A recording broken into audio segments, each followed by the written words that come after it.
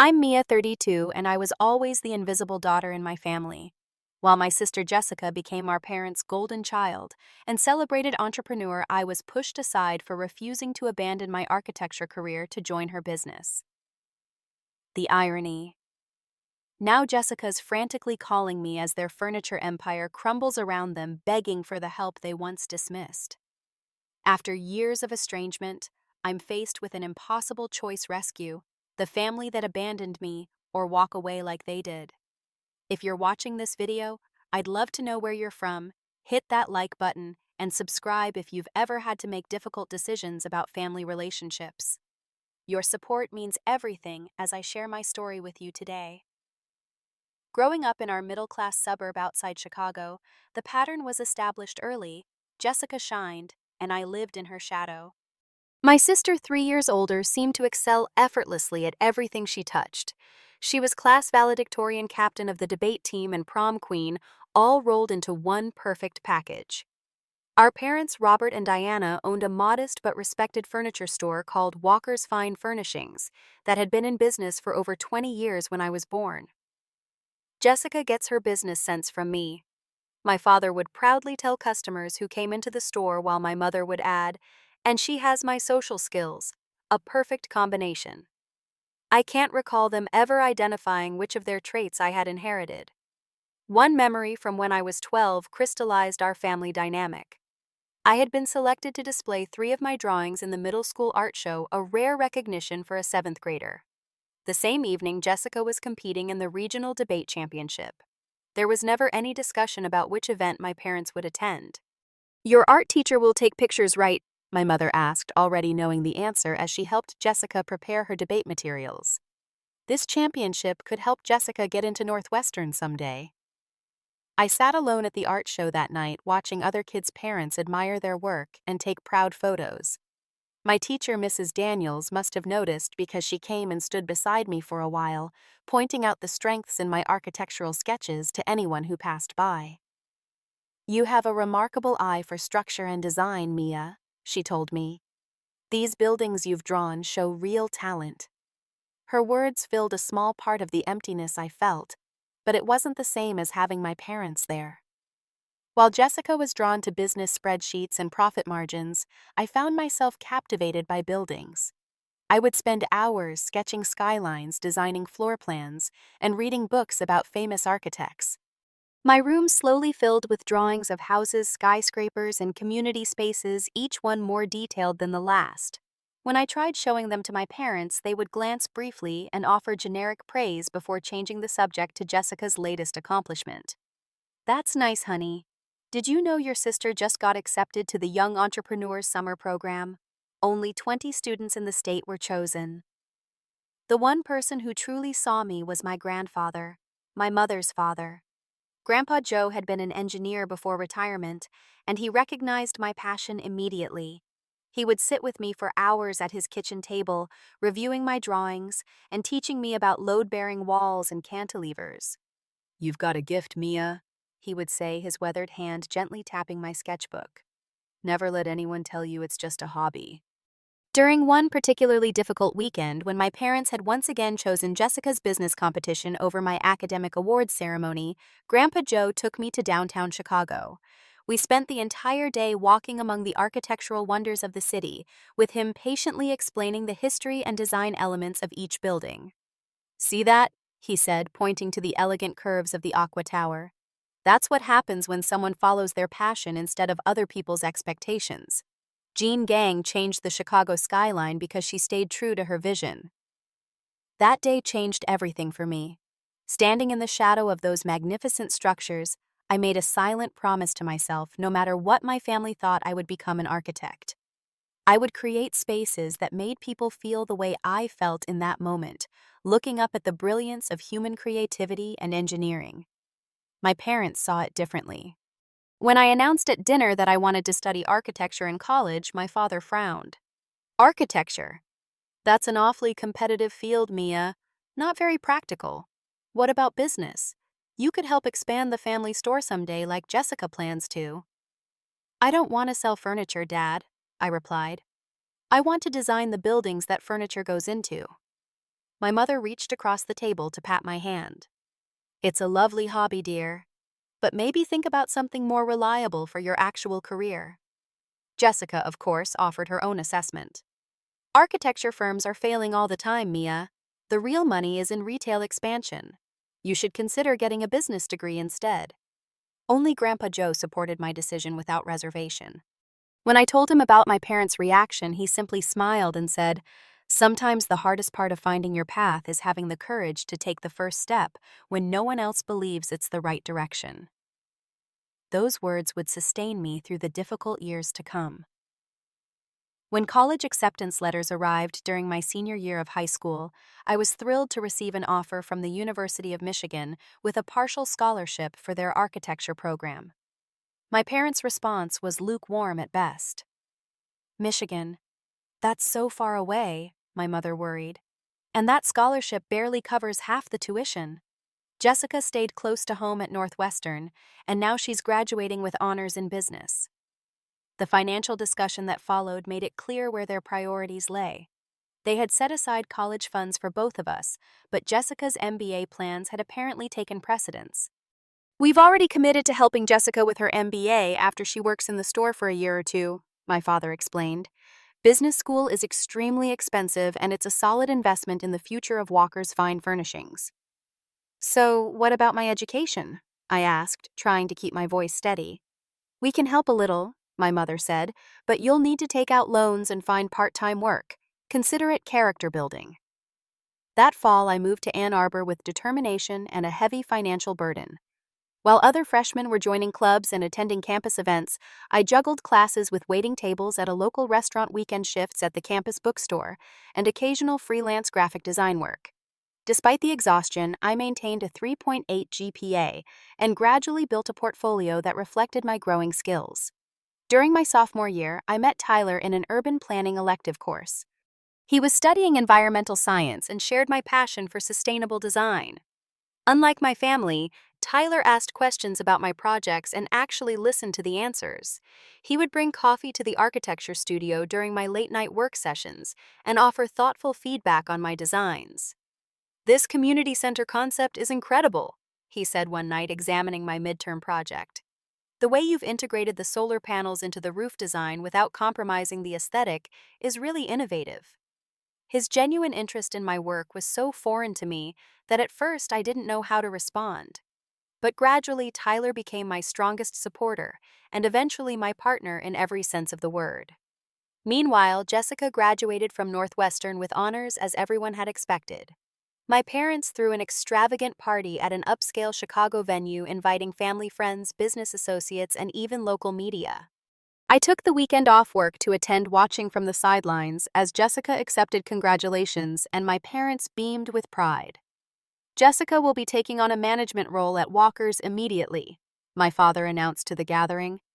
"With her fresh ideas and business acumen, we expect to see the store reach new heights in the coming years." When I graduated 2 years later with my architecture degree, the celebration consisted of a dinner at a moderately priced restaurant near campus. My parents drove in for the ceremony, but left immediately afterward, explaining they needed to get back for an important meeting Jessica had scheduled with potential investors. "We're very proud of you, of course," my mother said as they prepared to leave. "But you understand how critical this period is for the store. Jessica has such ambitious plans." The dinner conversation had revolved almost entirely around Jessica's vision for expanding the family business, with little mention of my accomplishment or future plans. Only Tyler's presence made the evening bearable, his hand squeezing mine under the table each time my parents changed the subject back to my sister. The contrast couldn't have been clearer when I accepted an entry-level position at Sustain Arch, a prestigious Chicago architecture firm known for their environmentally conscious designs. When I called to share the news, my mother's response was telling. "That's nice, dear. Did Jessica tell you she's convinced your father to open a second location? She's found the perfect space in Highland Park." At family gatherings, the divide continued to grow. Thanksgiving conversations centered around the business expansion. Christmas gifts for me often consisted of gift cards, while Jessica received carefully chosen items related to her interests. Even my relationship with Tyler was viewed through the lens of comparison. "Richard comes from such a good family," my mother commented after meeting Jessica's new boyfriend, the son of a successful commercial real estate developer. He understands business. Tyler seems nice too, of course, but what exactly are his career prospects in, what was it again, environmental consulting? Throughout this period, Grandpa Joe remained my emotional anchor. During our weekly phone calls, he would listen patiently to my frustrations and remind me that success takes many forms. Your parents see the world through a very narrow lens, he told me. They measure value in dollar signs and public recognition. But there are other ways to leave your mark on the world, Mia. The buildings you'll design will stand for generations after all those furniture sales are forgotten. I clung to his wisdom like a lifeline, especially as Jessica's influence over the family business, and by extension our parents, continued to grow. Jessica's vision for Walker's Fine Furnishings involved transforming the modest family store into an upscale boutique chain called Walker and Wild. The rebranding was sleek and modern, targeting wealthy suburbanites with disposable income for luxury home goods. My father, initially hesitant to abandon the business model he'd followed for decades, was quickly won over by the impressive first-quarter profits from the Highland Park location. Within 18 months, Jessica had opened 2 additional stores in affluent Chicago suburbs. Each grand opening garnered more media attention than the last, with local business journals praising the furniture empire's remarkable expansion and Jessica's entrepreneurial genius. Your sister was just featured in Chicago Business Monthly, my mother announced during one of our increasingly rare phone conversations. They're calling her one of the top 30 entrepreneurs under 30 in the Midwest. Can you believe it? I could actually. Jessica had always been destined for this kind of recognition in my parents' eyes. That's great, I replied automatically before attempting to share my own news. I've been assigned to the team designing the new community center in Rogers Park. It's going to be LEED Platinum certified with a public garden and renewable energy sources. Oh, that sounds interesting, my mother said, her voice already drifting. Listen, I should go. Your father and I are meeting Jessica and Richard for dinner to discuss the next store opening. Highland Park has been such a success that they're thinking of expanding to Evanston. As the family business transformed, so did the family dynamics. Jessica was no longer just the golden child. She was now the breadwinner and decision-maker. My parents deferred to her judgment on everything from business strategies to where they should vacation. The power shift was subtle but unmistakable. Meanwhile, my own career was developing in ways that brought me genuine satisfaction, if not familial recognition. Sustain Arch promoted me to project coordinator after just 2 years, putting me in charge of sustainable housing developments that aligned perfectly with my values. Tyler and I moved in together, finding a small but charming apartment in a diverse Chicago neighborhood that we both loved. When Tyler proposed during a weekend hiking trip to Starved Rock State Park, I felt a happiness untainted by comparison or competition. His family welcomed me warmly, treating me with the genuine interest and affection I'd always craved from my own parents. We're so proud to have you joining our family, Tyler's mother said, hugging me tightly when we shared our engagement news. Anyone who makes our son this happy and shares his values is a blessing to us. The contrast with my own family's reaction was stark. My mother's first question was about the wedding date, followed immediately by concern about potential conflicts with Jessica's schedule. You know, your sister is in the middle of the Naperville store opening in the spring, and they're considering locations in Wisconsin for summer. You'll want to coordinate with her, of course. Jessica's engagement to Richard 6 months later completely overshadowed our upcoming wedding. Their relationship had moved quickly, accelerated by their shared business interests and Richard's family connections in commercial real estate. The wedding was planned for the grand ballroom of Chicago's most exclusive hotel, with 400 guests and coverage in the society pages. I received a text from my mother the day after Jessica's engagement announcement. We'll need to reschedule your bridal shower. Jessica's engagement party will be that weekend, and of course everyone will want to attend. At Jessica's wedding, I stood in a corner of the reception hall, watching my parents work the room, introducing Jessica and Richard to important business contacts and accepting congratulations as if their daughter's marriage were a particularly successful merger. Diana and Robert must be so proud, I overheard one guest say to another. First, the business expansion, and now this connection to the Montgomery real estate family. Their daughter is really something special. They have another daughter too, I think, the second guest replied vaguely. She does something artistic, design or something. During this painful period, Grandpa Joe's health began to decline. His phone calls became less frequent as his energy waned, but when we did speak, his concern was always for my happiness rather than my professional achievements. "Are you still drawing those beautiful buildings, Mia?" he would ask. "Are you creating spaces that make people feel something?" When I visited him in the hospital after his first stroke, I brought my portfolio to show him the community center project that had just broken ground. His eyes lit up as he slowly turned the pages. "You followed your passion," he said, his voice weaker, but his smile as bright as ever. "I'm so proud of you for that. Not everyone has the courage." A month before he passed away, during what would be our last conversation, he squeezed my hand and said, "I've always seen you, Mia, even when they didn't. Remember that." After his funeral, I learned that he had left me his small lakeside cabin in Michigan, the place where I had spent so many peaceful weekends sketching and dreaming as a teenager. It was the only inheritance I received, as my parents had invested everything else in Jessica's business ventures. The final breaking point in my relationship with my family came during a tense dinner shortly after Grandpa Joe's passing. Jessica had been pressuring me for months to leave Sustain Arch and join Walker & Wild as their in-house designer for new store locations. "It just makes sense, Mia," she insisted over appetizers. "Why waste your talent working for someone else when you could be contributing to the family legacy?" "I'm not wasting my talent," I replied. "I'm designing buildings that make a difference in communities. That's always been my dream." "But the salary we're offering is competitive," my father interjected. "Maybe not what you're making now, but there's family security to consider." I nearly choked on my water. Competitive Jessica showed me the offer. "It's 30% less than what I make now with no benefits until after a year." "But it's family," my mother emphasized, as if that single word should outweigh all practical considerations. "And you'd be helping your sister achieve her vision." "What about my vision?" I asked, feeling Tyler's supportive presence beside me.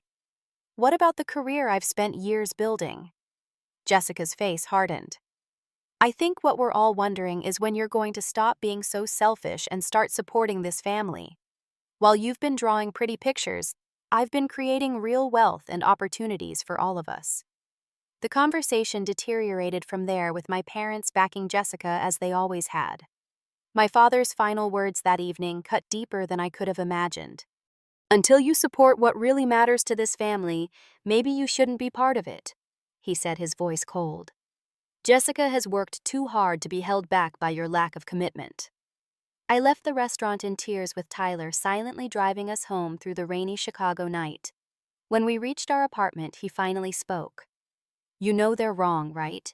You don't owe them your dreams." In the weeks that followed, I made several attempts to reach out to try to rebuild some kind of relationship with my parents. Each call was brief and unsatisfying, ending with subtle pressure to reconsider Jessica's offer. Eventually, the calls stopped altogether. 3 years passed with no meaningful contact. Christmas cards sent with no response. Birthday texts acknowledged with single-word replies. I had become, for all practical purposes, the daughter they used to have. The pain of family estrangement never completely disappears, but over time, Tyler and I built a life filled with purpose and joy. We spent weekends renovating Grandpa Joe's lakeside cabin, transforming it into a peaceful retreat that honored his memory while reflecting our own aesthetic. The simple A-frame structure, with its expansive windows overlooking the water, became our sanctuary, a place where I felt connected to the one family member who had truly understood me. My professional life flourished as I channeled my energy into my work. Sustain Arch promoted me to partner after I successfully led the design and execution of a community-focused housing development that won national recognition for its innovative approach to sustainable living. My team's projects increasingly focused on creating spaces that fostered connection and environmental responsibility values that had always been central to my architectural vision. "Your designs have a warmth that's rare in contemporary architecture," My mentor at the firm told me during my partnership celebration. You create buildings that people actually want to live and work in, not just photograph for magazines. This observation touched me deeply, as it captured exactly what I had always hoped to achieve. While Jessica sought expansion and profit, I wanted to create spaces that improved lives. Tyler and I developed close friendships that gradually filled the family-shaped hole in my life. My colleague Sophia in particular became something of a sister figure to me. A landscape architect with a boisterous laugh and unfailing honesty, she integrated herself into our lives with natural ease. Her large Italian-American family adopted us for holidays, treating us as if we'd always belonged at their chaotic, loving table. Blood family is what you're born with, Sophia's mother told me once, passing a platter of homemade lasagna. Heart family is what you build. Both are real. We created our own traditions, celebrating milestones and holidays in ways that felt authentic to us, rather than echoing the performative gatherings of my childhood. These celebrations were smaller and less elaborate than the Walker family events, but they were infused with genuine connection and joy. When I discovered I was pregnant a year after our wedding, the happiness was tinged with sadness at the family relationships my child would never know. I spent hours sitting on the dock at our lake house watching the sunset and talking to my unborn baby about the complicated nature of family. You'll have people who love you so completely, I promised, hands cradling my growing belly. And I'll never make you feel like you have to earn that love. After much discussion, Tyler and I decided to send a sonogram photo to my parents, offering one more chance at reconciliation before their grandchild arrived. The response was a brief text from my mother. Congratulations, hope you're feeling well. No questions about due dates or offers to visit. No acknowledgement of the impending grandparent status. Just polite distance, as if I were a former colleague rather than their daughter. Emma was born on a snowy December morning, a perfect blend of Tyler and me with her dark hair and curious eyes.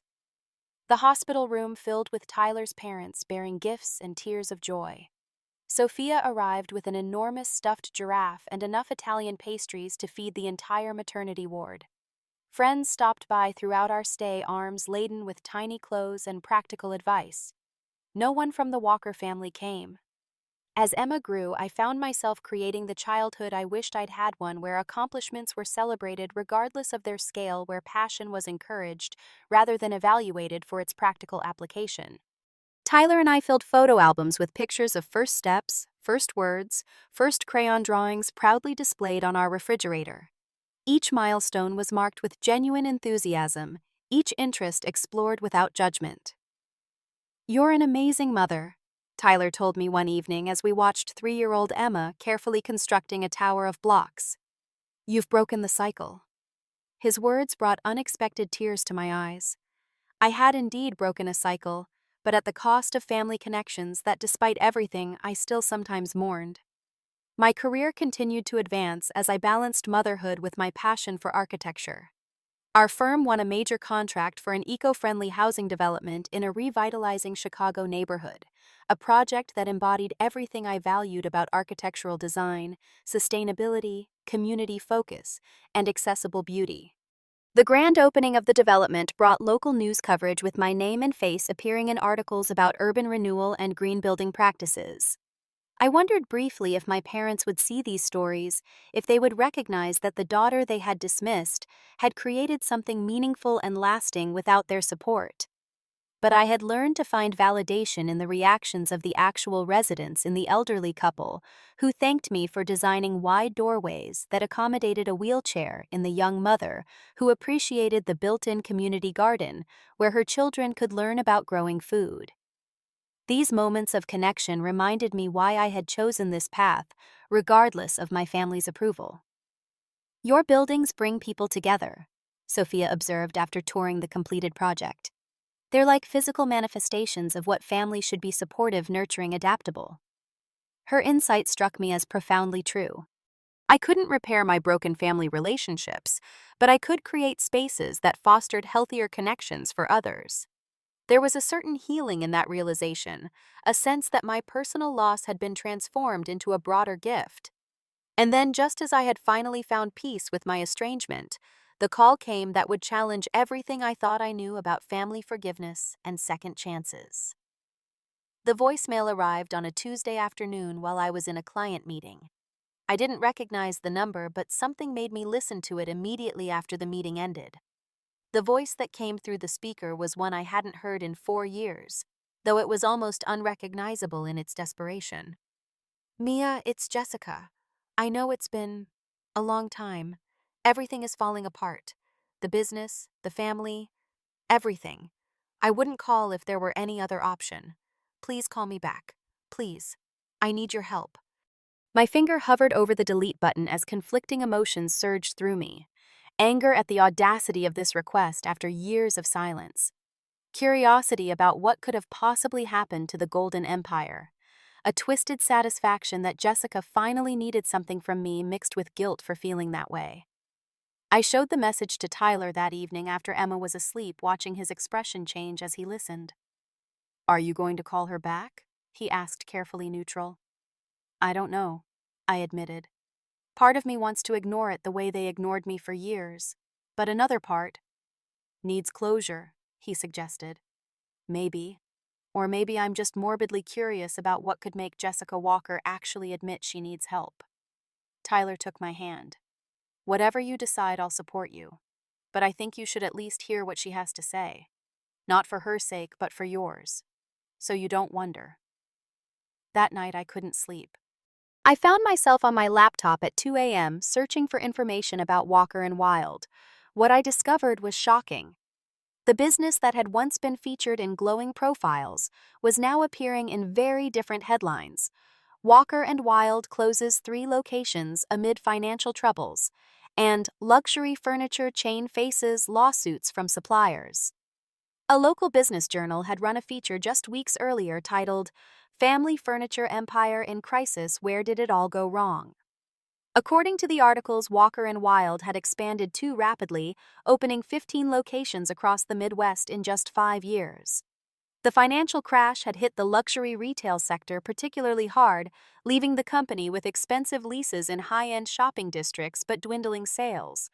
There were rumors of mismanagement of Jessica taking on too much debt to fund the aggressive expansion. One photo accompanied an article about store closures, Jessica standing outside the original family store location, looking exhausted and defeated. She appeared thinner than I remembered, the confident posture replaced by a protective hunch. For the first time in our lives, Jessica looked vulnerable. I finally returned her call the next morning, my stomach tight with anxiety. "Mia." Her voice was small, disbelieving. "You called back. I wasn't sure you would." "I almost didn't," I replied honestly. "What's going on, Jessica?" The composure that had defined my sister throughout our lives crumbled immediately.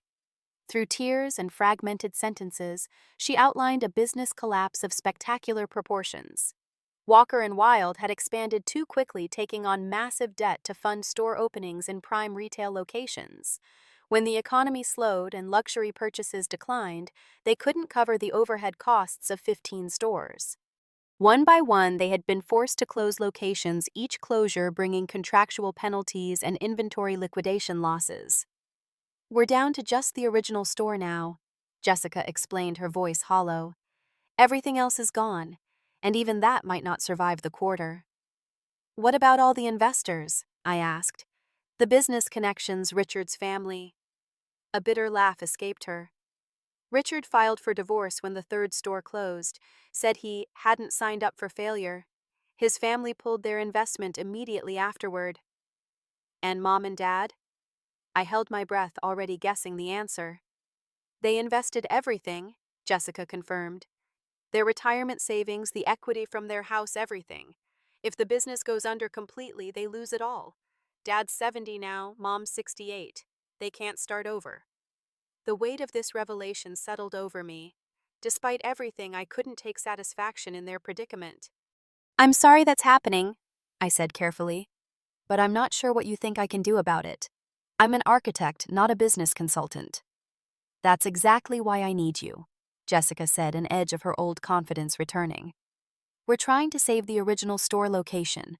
It's the only one that still has emotional connection for customers. but it needs to be reimagined, redesigned into something special that can survive in today's market.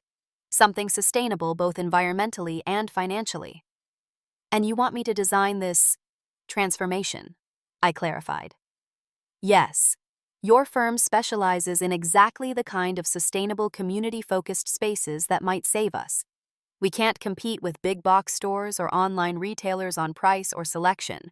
We need to offer an experience, something meaningful. I laughed without humor.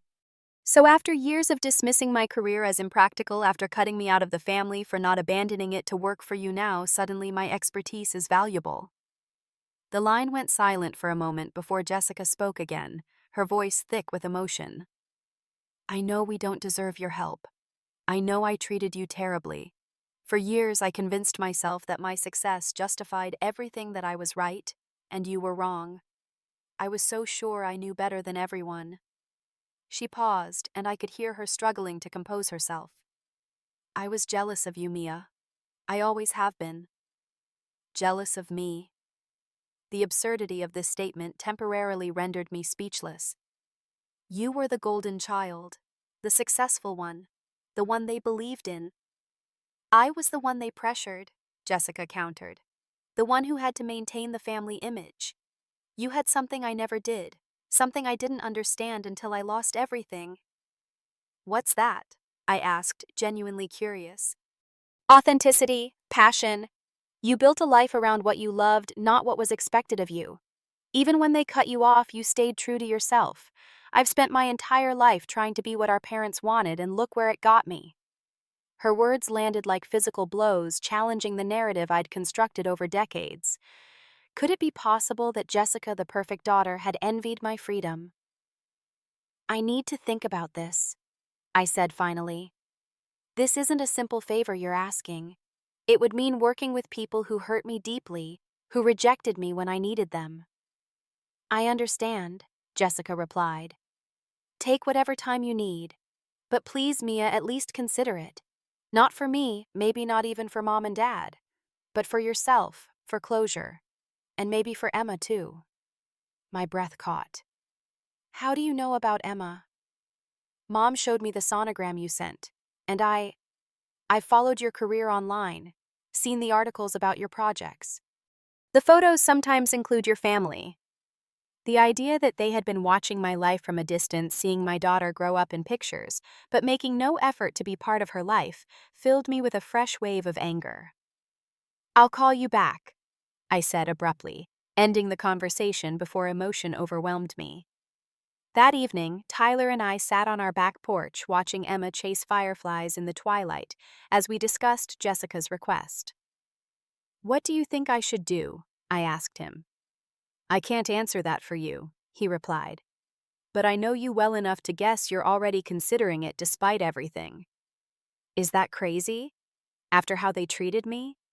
Tyler shook his head. It's not crazy. It's who you are. You build things, Mia. You repair broken spaces. Maybe this is a chance to repair a broken relationship too. Or maybe it's just another opportunity for them to take advantage of me, I countered. That's possible, he acknowledged. But this time you'd be going in with your eyes open on your terms, and if it doesn't work out, at least you'll know you tried. No regrets. Emma ran up to us, then her small hands cupped around a captured firefly, its glow illuminating her delighted face. Look, Mommy, it's making light. As I watched my daughter's wonder at this simple miracle, I thought about family legacies, about what we pass down through generations. Did I want Emma to learn that some relationships are beyond repair? Or did I want her to see that courage sometimes means opening yourself to the possibility of both healing and hurt? The next morning, I called Jessica back. I'll meet with you and Mom and Dad, I said without preamble. At the original store, just to talk, no promises beyond that. The relief in her voice was palpable. Thank you. That's more than we deserve. Yes, I agreed. It is. The original Walker's Fine Furnishing store looked smaller than I remembered, its once proud sign now faded, and the display windows less artfully arranged than in their heyday. I sat in my car for several minutes, gathering courage before walking through doors I hadn't entered in over 4 years. The bell chimed softly as I stepped inside, the familiar scent of wood polish and fabric samples bringing unexpected memories flooding back. This was where I had spent countless afternoons as a child, hiding under display tables with my sketchbook while my parents worked and Jessica charmed customers. My father emerged from the back office first, stopping abruptly when he saw me. He had aged dramatically since our last meeting, his once robust frame now stooped, deep lines etched around his eyes and mouth. For a moment, neither of us spoke. "Mia," he finally said, his voice rougher than I remembered. "You came." I said I would. My tone was cooler than I'd intended, a reflexive protection against the hurt this man had caused me. My mother appeared next, followed closely by Jessica. Like my father, my mother had visibly aged, her carefully maintained appearance now showing signs of strain and worry. Jessica looked like a shadow of her former confident self, dark circles under her eyes, and a nervous energy radiating from her thin frame. "Thank you for meeting us," Jessica said formally, as if we were business acquaintances rather than sisters, who had once shared a bathroom and fought over the last waffle at breakfast. "Let's sit down," I suggested, gesturing toward the small seating area where customers would normally try out sofas and discuss fabric options. "We have a lot to talk about." The conversation began awkwardly, with Jessica outlining the business situation in greater detail, while our parents remained mostly silent.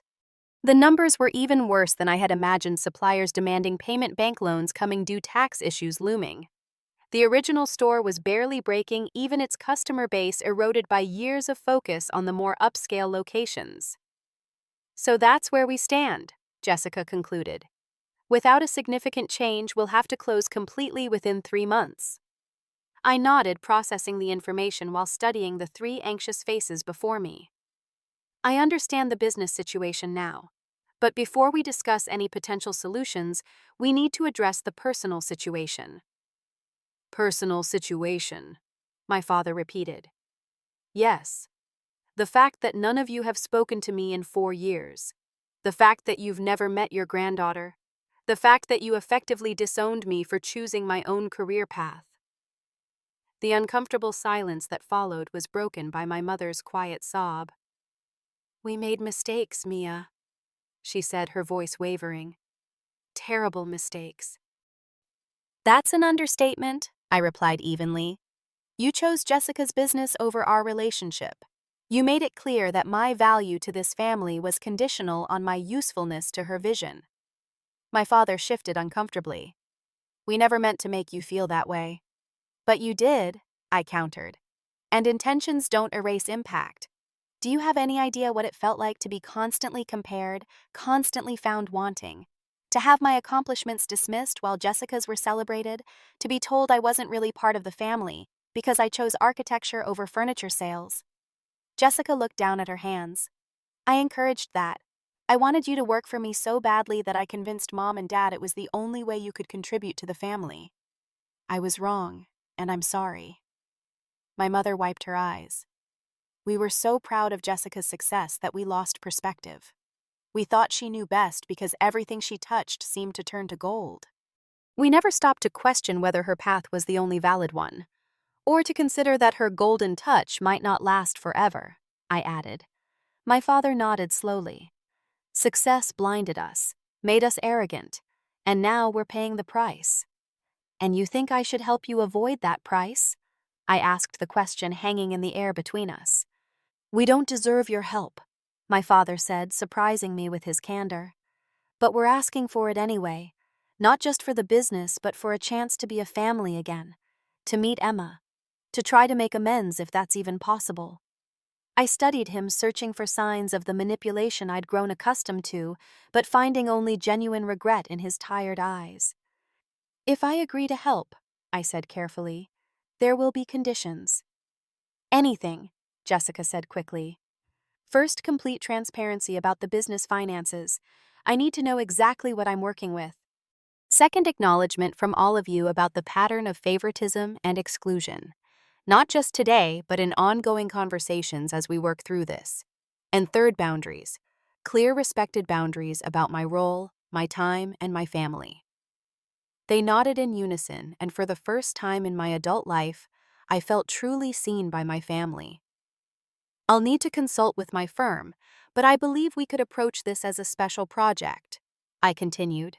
A case study in sustainable retail transformation. But understand this, I won't design just another furniture store. If this is going to work, it needs to be something different, something authentic.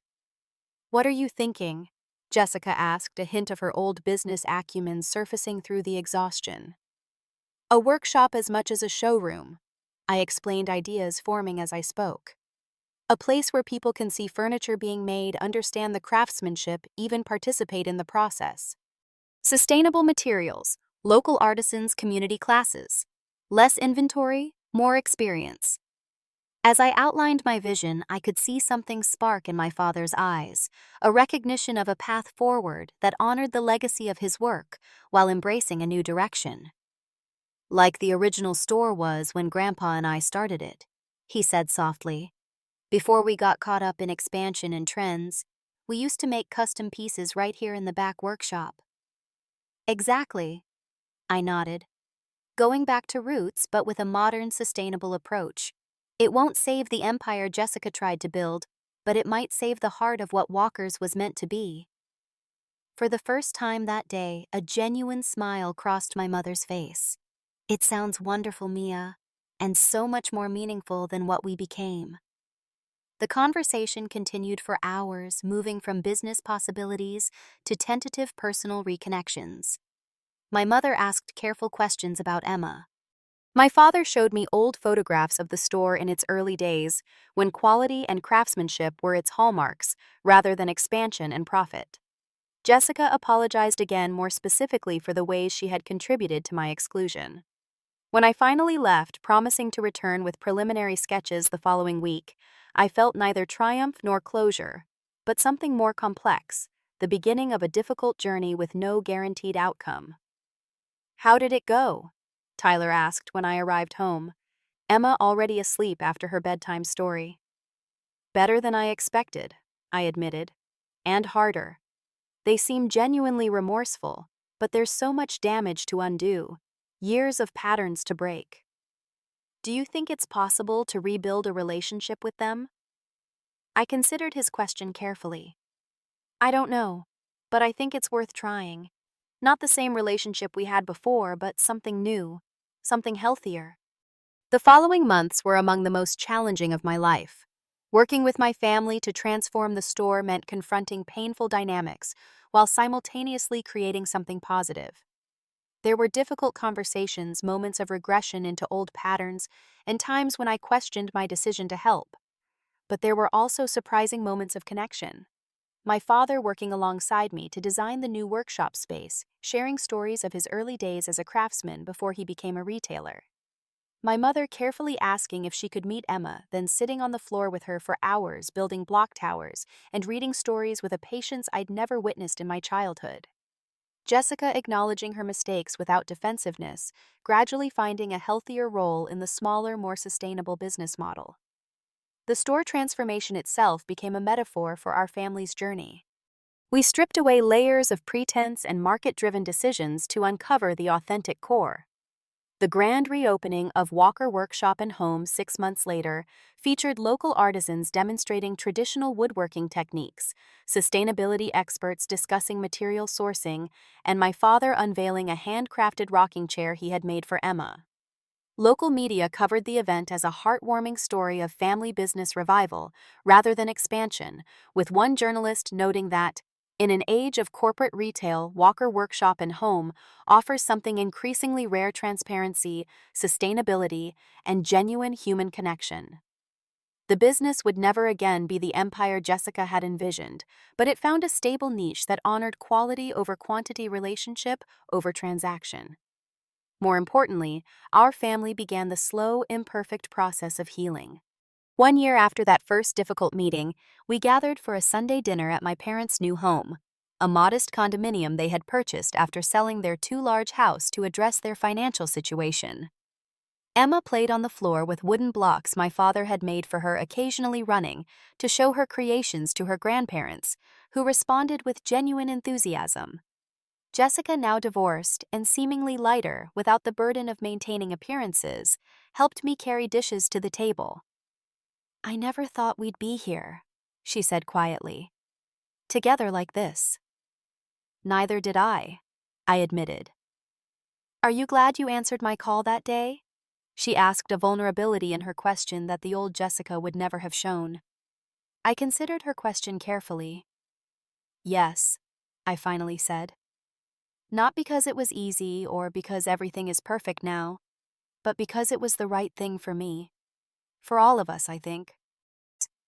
Later that evening, as Tyler and I drove home with a sleepy Emma in the back seat, I reflected on the journey of the past year. The reconciliation with my family wasn't a fairy tale ending where all past hurts were magically erased. There were still moments of tension, still old patterns that occasionally surfaced and needed to be addressed. But there was also a new foundation of honesty, of boundaries, respected rather than ignored, of value, recognized beyond business success. Perhaps most importantly, I had learned that forgiveness doesn't mean forgetting or excusing the past. It means creating space for something new to grow alongside the acknowledgement of what was broken. It means choosing to build rather than destroy, even when destruction might feel more justified. As an architect, I had always understood that the most beautiful structures are often those that incorporate, rather than erase the past, that find harmony between what was and what could be. Now I was applying that same principle to the architecture of family relationships, creating something that honored truth while allowing for transformation. Emma stirred in her car seat, her sleepy voice floating forward. "I like Grandpa's blocks. He makes them special for me."